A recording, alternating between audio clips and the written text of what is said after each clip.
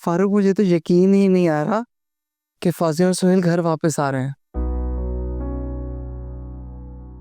वो कहते हैं ना, लौट कर बुद्धू घर को आए। लेकिन शुक्र है अकल आ गई है फौजिया को। मैं तो कभी भी नहीं चाहती थी कि सुहेल और फौजिया यहां से जाएं। फारूक, अब आप मुझे ऐसे क्या देख रहे हैं?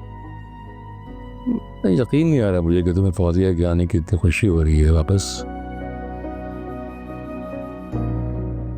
मैं तो ये सोच रहा था कि जब तुम्हें पता चलेगा कि फौजिया आ रही है तुम शदीद गुस्सा करोगे, तुम पूछोगे कि फौजिया दोबारा इस घर में क्यों आ रही है। यहाँ तो उल्टा हो गया। कैसी बातें कर रहे हैं? मुझे क्यों बुरा लगेगा?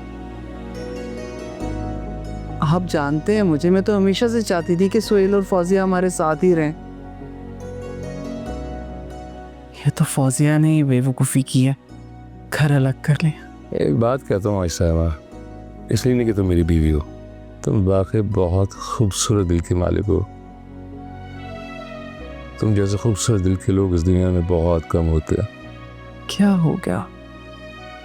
आपको पता है मुझे हमेशा से भरे पूरे घर में रहने की आदत है। याद है ना जब अम्मा अब्बा हयात थे,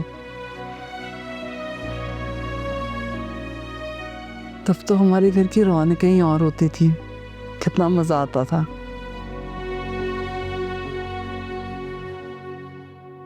और उनके जाने के बाद सुहेल और फौजिया, फिर बच्चे आ गए और हम सब साथ रहने लगे।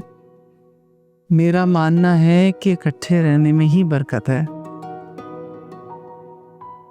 ठीक है, बिल्कुल। अच्छा, मुझे ये तो बताएं कि ये लोग कब तक शिफ्ट हो जाएंगे?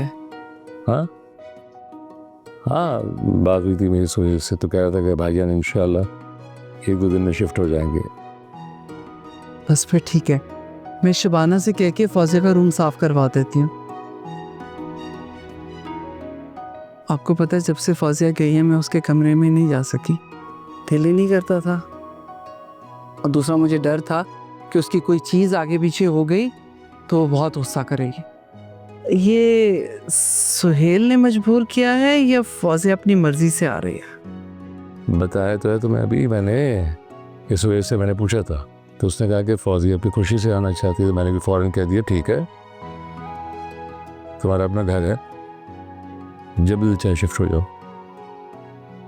ठीक है। अच्छा, मैंने लिस्ट बनाई है, फिर ग्रॉसरी करने जाएंगे।